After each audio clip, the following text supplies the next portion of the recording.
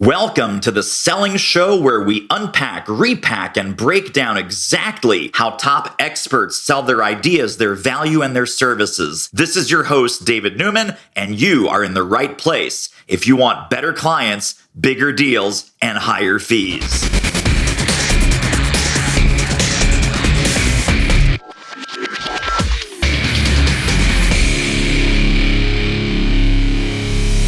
My friends, the future is AI. AI is the future. And if you want to be on the cutting edge, the bleeding edge, if you want to be 6 months ahead, 12 months ahead, 18 months ahead, 3 years ahead of everybody else, including your competition, please welcome the amazing Sonia Dumas to the show. Sonia, it is so great to have you.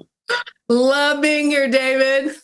So we are going to talk AI. We're going to talk think letters. We're going to talk about everything in the Sonia empire. But before we get there, you have a really fascinating backstory.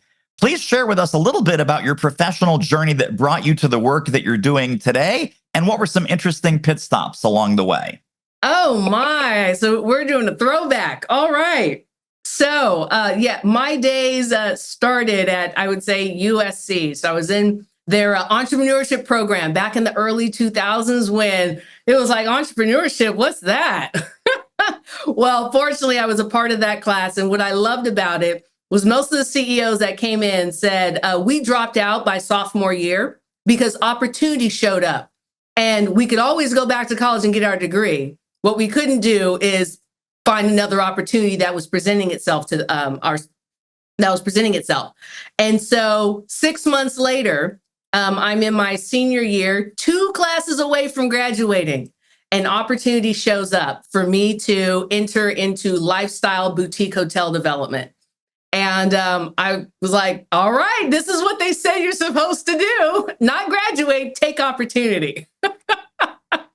So I went ahead and put my graduation on pause, and I went to work full-time in luxury hospitality and development.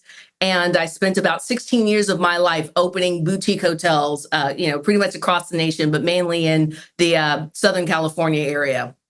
And over that time, little did I know the way that business was structured, the way that a hotel opened, how it decided how it was going to make profits, what clientele they were going to go after. That was figured out from day one, even long before they broke ground. So one of the things I talk about in my presentation, so 2008 comes along. So I started my career in 2005.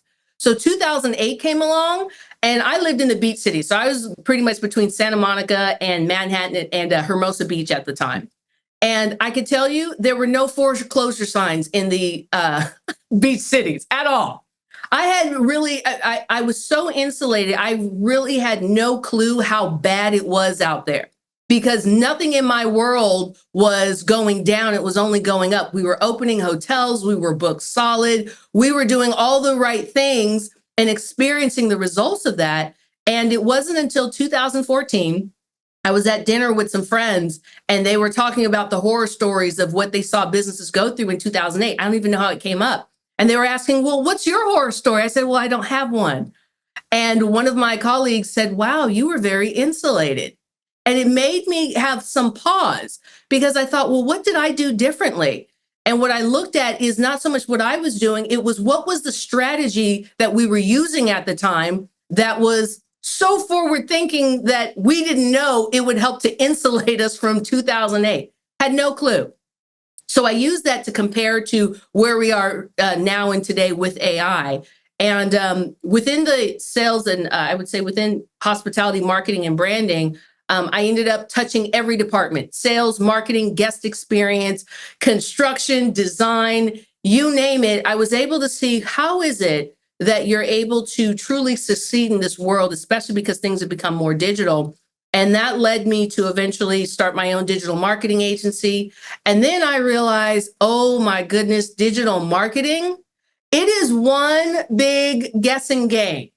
It really is. And at the time, between 2000, I'd say, and about 2015, there were platforms popping up all the time. So you saw articles back then that says, well, should you have a TikTok strategy? And what's your YouTube strategy? And what's your Instagram strategy? Like, because nobody knew where everybody was. So it was like, be on all the things and see what happens.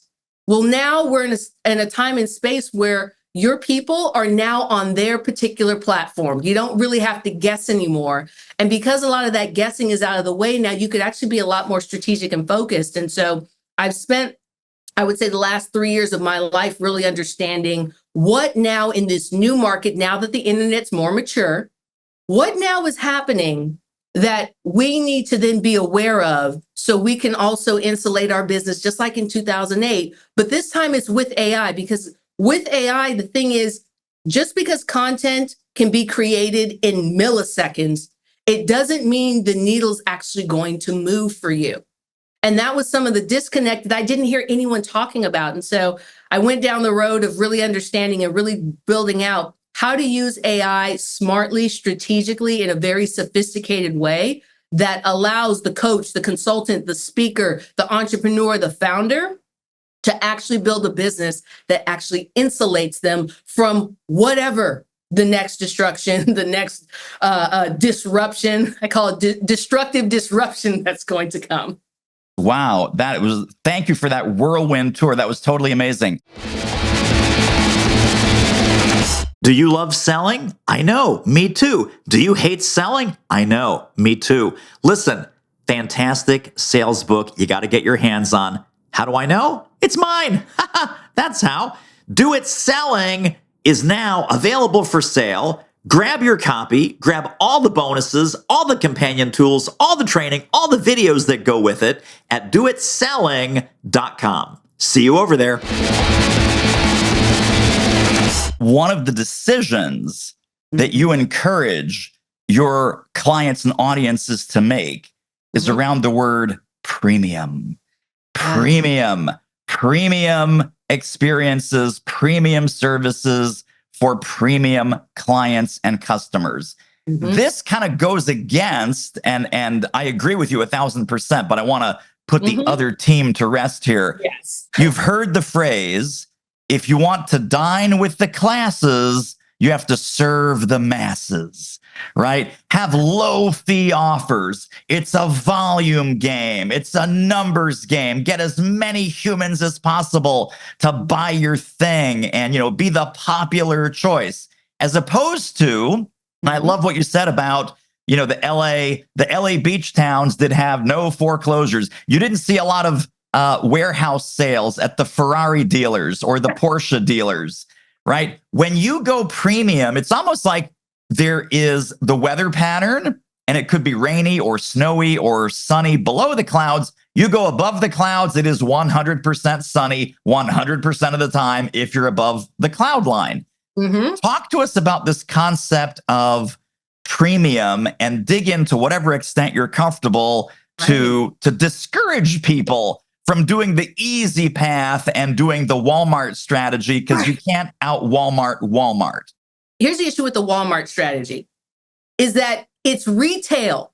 So retail and masses, yes, that's a completely different ballgame. When you're talking instant purchase of beauty, fashion, accessories, health products, that's retail. And somehow retail has made its way into consulting, coaching, being an entrepreneur that does very highly specialized services.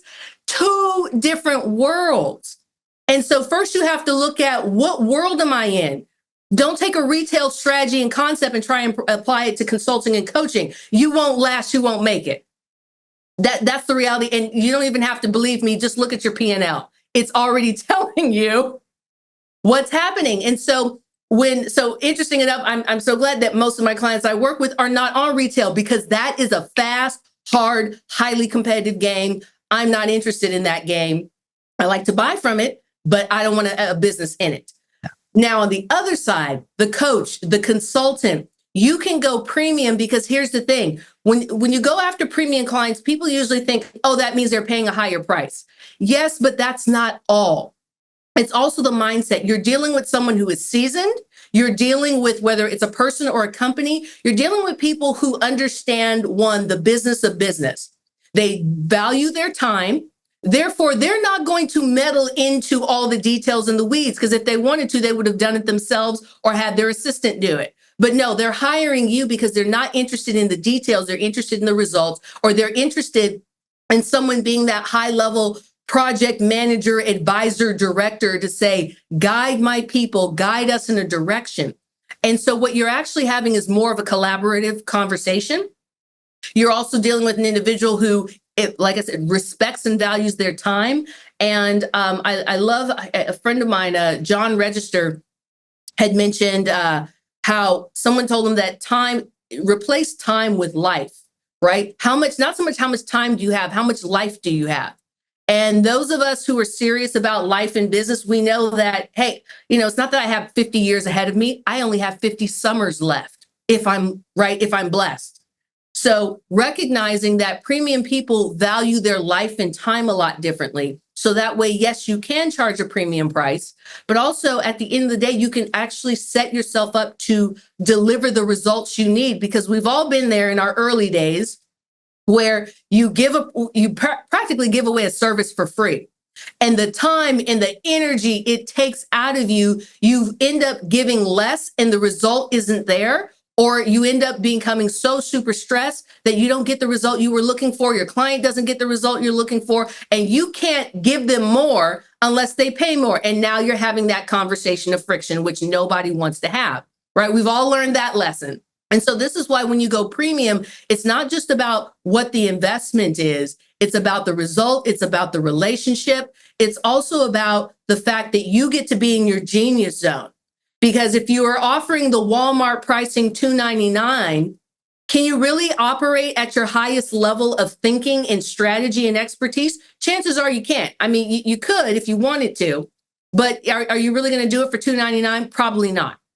Right. Once again, that goes back to your life and your time and what you value about what you bring to the table. And at the end of the day, when you know how to hit home runs at a high level, your pipeline, the opportunities that show up, you stay busy. And this is what was happening in my hospitality world. Like, yes, to your point, we were above the clouds of 2008. We were above the clouds of this economic. It was the meltdown. It was the it was the recession, the housing crisis, implosion, you name it. You name it, all the things. I know. It was just like there were so many words for it back then. But the thing is, we were above that because here's the thing. Even if the jet dips below the cloud and you see some of the rain and it gets on the jet, at some point with premium clients, they want to get back to living life. So you're right back above the clouds again. But you have to, but at the end of the day, it's also about that network and referrals and relationships, because premium clients easily refer you to other premium clients, because no one really actually wants to go through and look through 20 Google reviews to find if you're legit or not.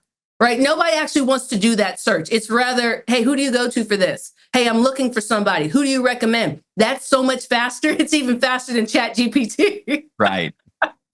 Absolutely. Well, all this talk of AI, and I have to say, full disclosure, I have seen you on a big stage present to hundreds and hundreds and hundreds of people, and you totally blew the room away. If it wasn't the mega highlight of the entire event, it was one of the top 2 or 3 highlights if you ask any one of those hundreds and hundreds of people.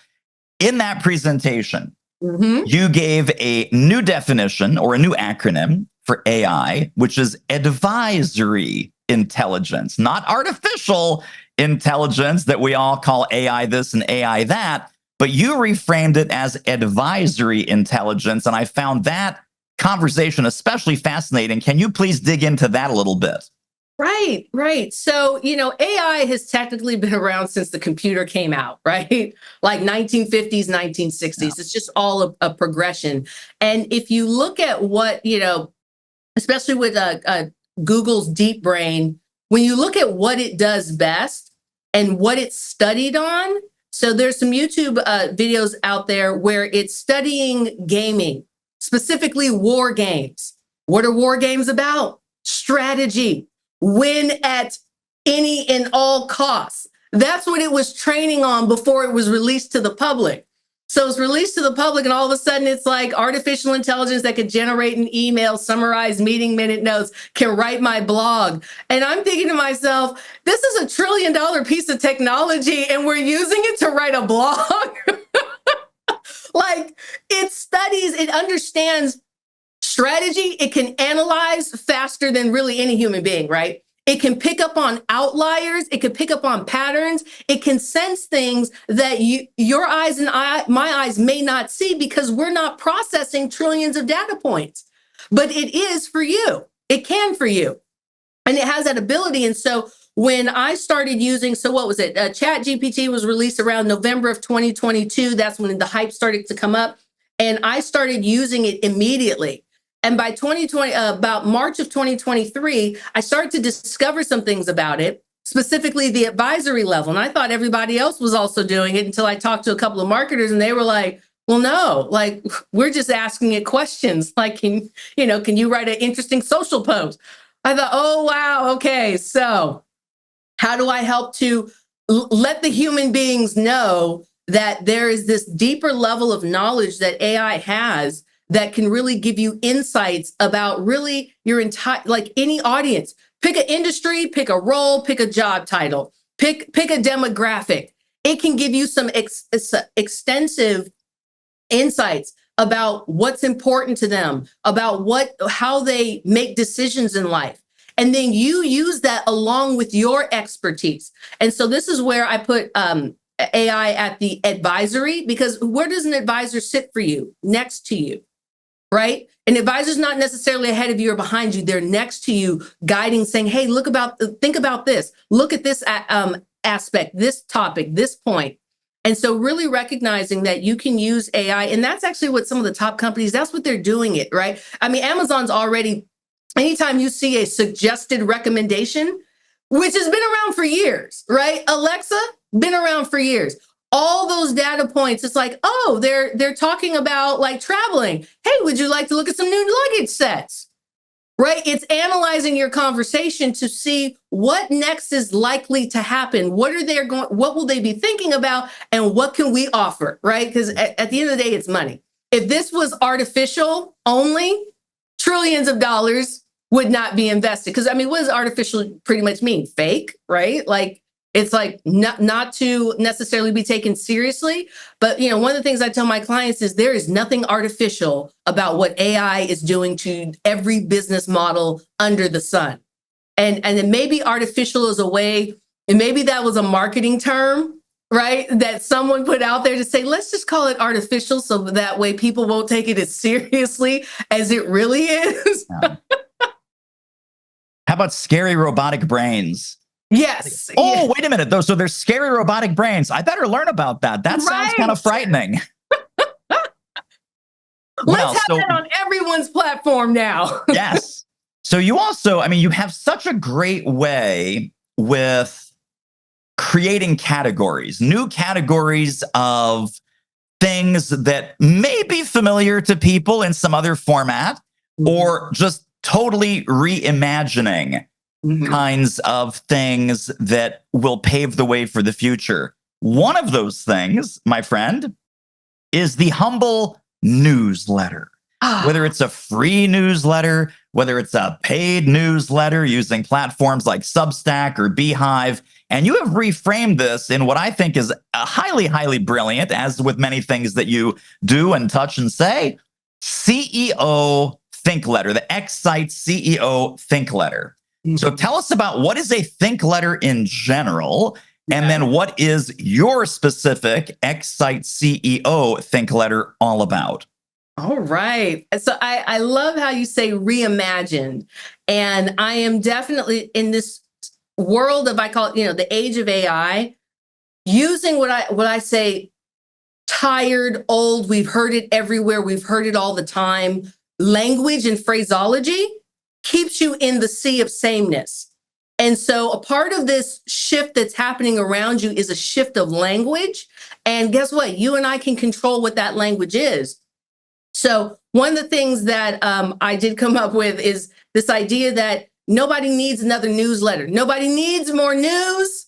at the end of the day, news is everywhere. It's always popping up. And what is news really? Just an update, an alert that either is going to send your blood pressure going, or you're just going to click delete and move on with your life.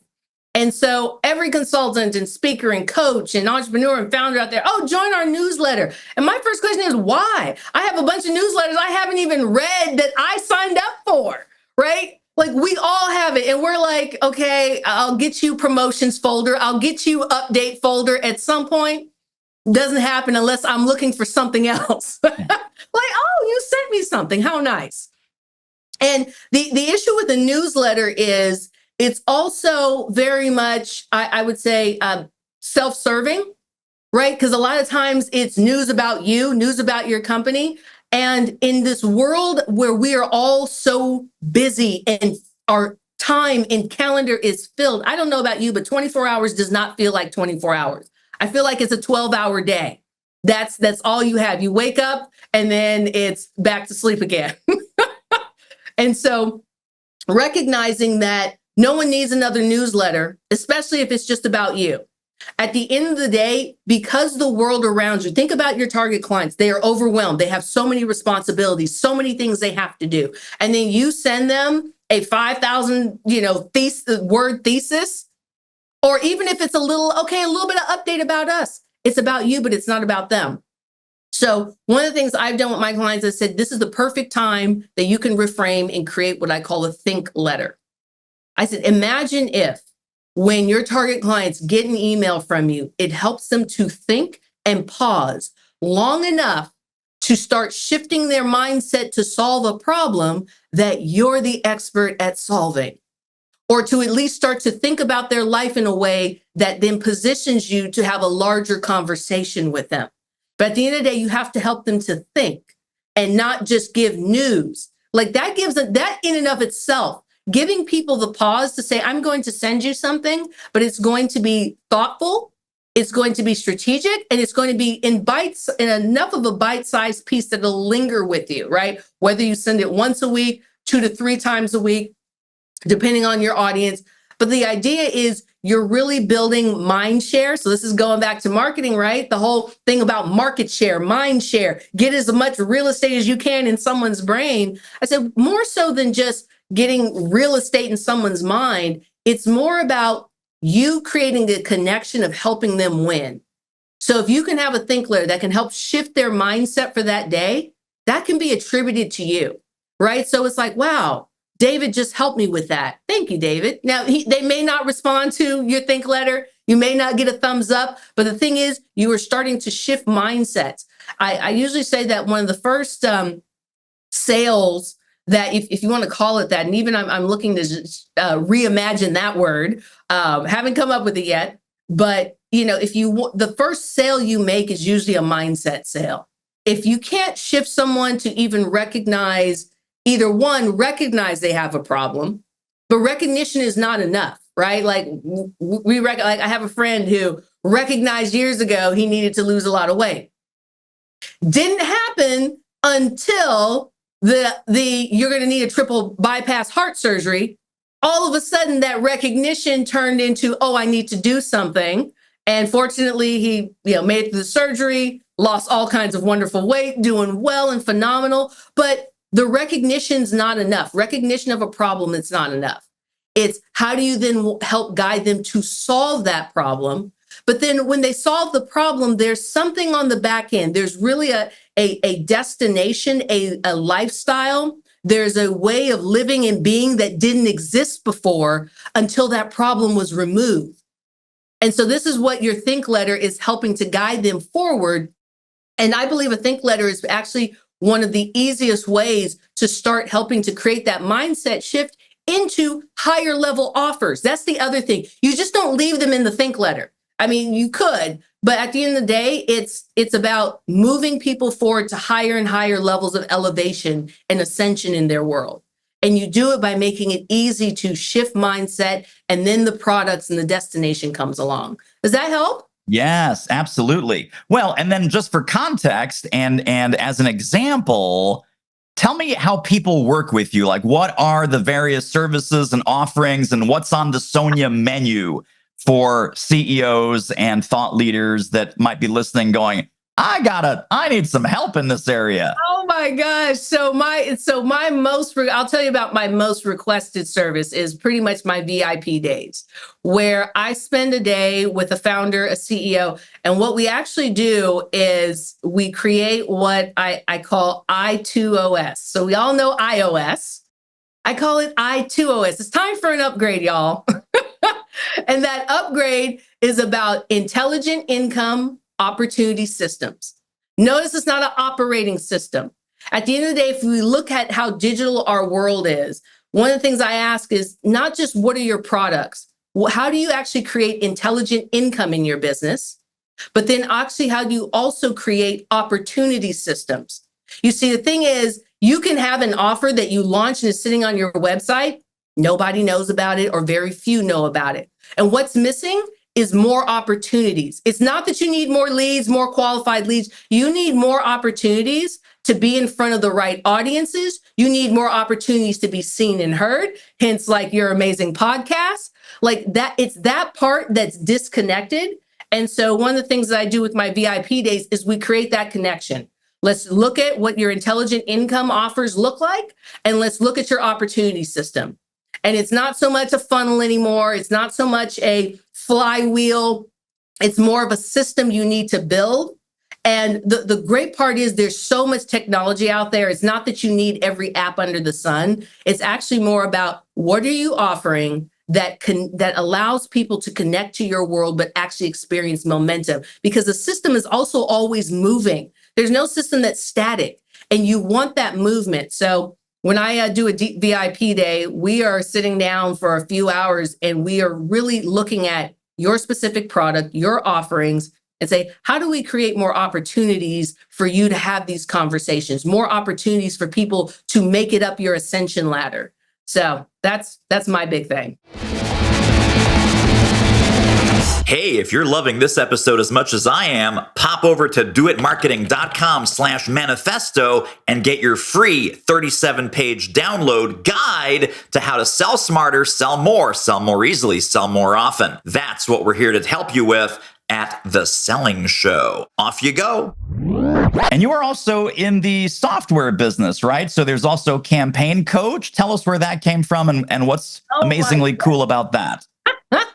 So with Campaign Coach AI, and this is one of the things I give my VIPs access to, is Campaign Coach AI came from, remember I said March of 2023, I was all into what can AI do? And the biggest thing I recognize is AI can give me insights about any target market, any product, any industry. Now, what happens if we connect all of those? What happens is that AI gives us, so with Campaign Coach, we're able to get over 150 insights about your target customers and what they need to hear and know from you in order to move forward to start buying your products and services, or to be able to move forward and start solving their problems. And so Campaign Coach AI is about pretty much AI prompting you, because when you have 150 insights, you think you might know something when you turn on a video to say, hey, are you going through these issues, right? Here's a success, here's a challenge, here's a desire you may have. All of a sudden, AI is now telling you what to say versus you going to AI and say, what should I talk about? AI is like, hey, here's a list of questions. Turn on your camera and start talking about these issues. That is going to build up your content library. And so Campaign Coach AI, I love it. I use it with all my clients because within 10 minutes, we now know what we need to start talking about in order to create this, right? This intelligent income system. But if you don't know what to talk about, whether it's on your podcast or your videos or on interviews, then you miss the opportunity. And that's some of the hardest things, because we can like do a data download. Oh my gosh, here's everything I know. Okay, I know you know a lot and you're an amazing expert, but at the end of the day, you have to frame it up in the way that the person's thinking about it. And guess what? AI actually knows some of what they're thinking. Utilize that. Yes. Totally fantastic. Well, Sonia, as we're landing the plane, if you were to take one key concept out of all the amazing things we've talked about today and wrap it up, put a little bow around it, and hand it to our listeners as this is the core concept I want you to remember, what would you like that core takeaway for them to be? The core concept is message, market, match. However you use AI, at the end of the day, the messaging that you're using for your products, your expertise, your services has to match the market. If you're finding that there's a disconnect, usually the message or the market is off. And it's when they're in alignment, things actually move. So it's not so much an issue of, I hear so many small business owners and entrepreneurs and CEOs, oh, it's not working. No, it is working. All work works. It works to always teach you a lesson, but it's also telling you what the market is and is not interested in. And so if you're hearing crickets, it's not necessarily that you have the wrong product. Maybe it's how it's packaged. Maybe they don't want the 200 steps. Maybe they only want 3.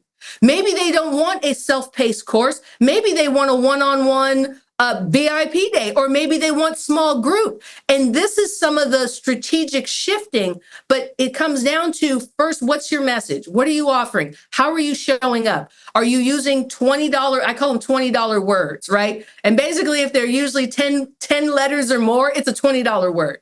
What are the tight, short words that someone can immediately have a visual picture about and say, oh, I can see that. Yes, I can see that problem. Yes, I can see that destination.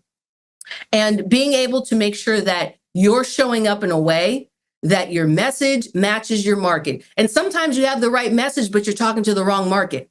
You may have to switch that. And one of the things I've recognized when it comes to message, market, match is that it takes multiple iterations. Somewhere between 5 and 8 iterations do you find what clicks, even with AI. And so the idea of, oh, we launched it and just, it just didn't work. No, you're meant to listen and learn. In silence, that's a part of the listening. Ooh, no one's responding. Okay. Something's off. Okay. That's right. And it's not logo colors. I promise you, and it's not the color of the buy button. Well, and when you're doing these market message match tests, and like you say, you're hearing nothing or you're hearing crickets, you did the test and you got an F. And you need to figure something else out to get up to be a B or an A or an A+. Yes. And here's a quick, especially if you already, a lot of the clients I work with, they already have large lists. They already have a large following. Ask, whether in email, to say, hey, what would be helpful for you right now? And sometimes you can narrow it down to 3 things, or just leave it as an open question. And look, even if you have a list of 10,000, someone's going to click reply. And say, hey, this is what I need. This is a wonderful thing that's happening now, is that people are actually more vocal about what they need, but you do have to ask. And there's nothing that's like, oh, I don't want to bother anyone. Look, spam is already bothering all of us. So you are someone they're actually interested in hearing from. So, and when's the last time you asked? If you haven't asked in the last 5 to 10 years, you have permission. I give you permission to ask across social, across your email. And the question to ask is, what would be helpful to you right now? Because then that will help to dial in what fast wins are people looking for right now. Total gold. Well, I know that folks listening, Sonia, they're going to want to get connected and stay connected to more Sonia Dumas brilliance. Where can we send them? What links should go into the show notes? Yes, so just soniadumas.com. That's all you need to know. Go to, and you can connect with me on LinkedIn. That's my platform. My LinkedIn people, reach out, send me a DM, but soniadumas.com. There is all the information to, I give this stuff away all practically for free, because I'm more interested in also your mindset shifting about what's possible for your business. And guess what? David, everything we talked about, nothing is uber complicated, but it does take strategy and a little bit of execution. Amen. You're talking to the do it guy. I believe in execution, my friend. I totally endorse that message. So thank you. This has been such gold. Folks listening, you are going to want to rewind. That's right. Pull over on the car, get off the treadmill, hit the rewind button. You got to listen to this again with pen and paper in hand.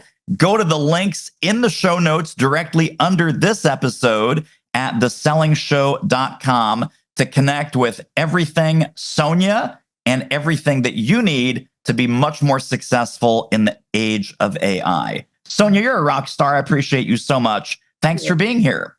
Love it, David. And that wraps up another episode of The Selling Show. Hey, tell you what, if you like us, rate us and review us on Apple Podcasts, subscribe, tell a friend, go grab the notes and downloads and extras at thesellingshow.com. See you next time.